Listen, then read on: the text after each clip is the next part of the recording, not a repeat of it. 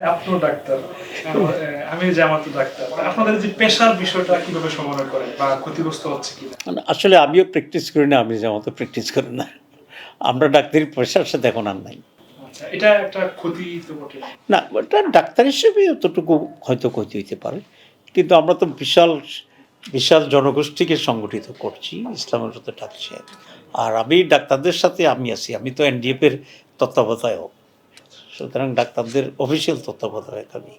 সুতরাং এই ডাক্তারদের টাচে আমি আছি, তাদের কাজ বৃদ্ধি, প্রফেশন বৃদ্ধি, সুযোগ সুবিধা এগুলো দেখার দায়িত্ব আমি করছি। আর আমি ডাক্তারি করি না, কিন্তু ডাক্তারি ব্যবসা করি। ব্যবসাটা হচ্ছে আমার হসপিটাল আছে, ঠিক আছে, এবং একটা প্রাইভেট মেডিকেল কলেজ আছে আমার, সেন্ট্রাল মেডিকেল কলেজ। আর হসপিটাল হচ্ছে কুমিল্লার টাওয়ার।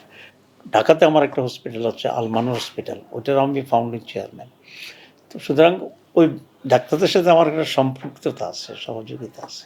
আমির জামাতেরও উনি প্রথম কিছুটা প্র্যাকটিস করেছিল, কিন্তু সাংগঠনিক দায়িত্বের কারণে পরে প্র্যাকটিস করার সুযোগ পায় নাই।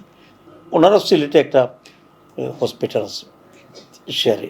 শোনা যাচ্ছে আপনাদের হাসপাতালে অমুসলিমরাও চাকরি করার সুযোগ পাচ্ছে। অনেক এটা অনেক তো আমার হসপিটালে 60-70 জন তো কমপক্ষে হবে, কারণ আমরা তো কমিউনাল না, ইসলাম কমিউনাল না।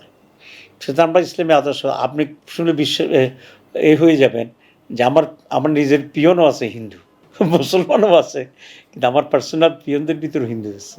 মানুষ তো আমাদের সম্পর্কে খুবই ভুল বুঝে, এরা বুঝে, যারা অপপ্রচার করে তারা কিন্তু বুঝে আমরা কি ইচ্ছে করে অপপ্রচার করছে। আর অপপ্রচারের একটা ইম্প্যাক্ট সমাজে থাকে। যেমন রসুল ইসলাম মক্কা বিজয় হয়ে গেছে, ঠিক সেই মুহূর্তে একজন মহিলা ওনাকে গালি দিয়ে পালাচ্ছিল, কারণ ওই মহিলাকে ধারণা দেওয়া হয়েছিল যে রসুল ইসলাম একেবারে খারাপ মানুষ। ওই যে একটা বুড়ি বোঝা নিয়ে যে পালাচ্ছে, তো তাহলে অপ্রচার এমন একটি জিনিস যে ইসলাম বিজয়ের পরও মানুষের মাঝে বিভ্রান্তি ছিল।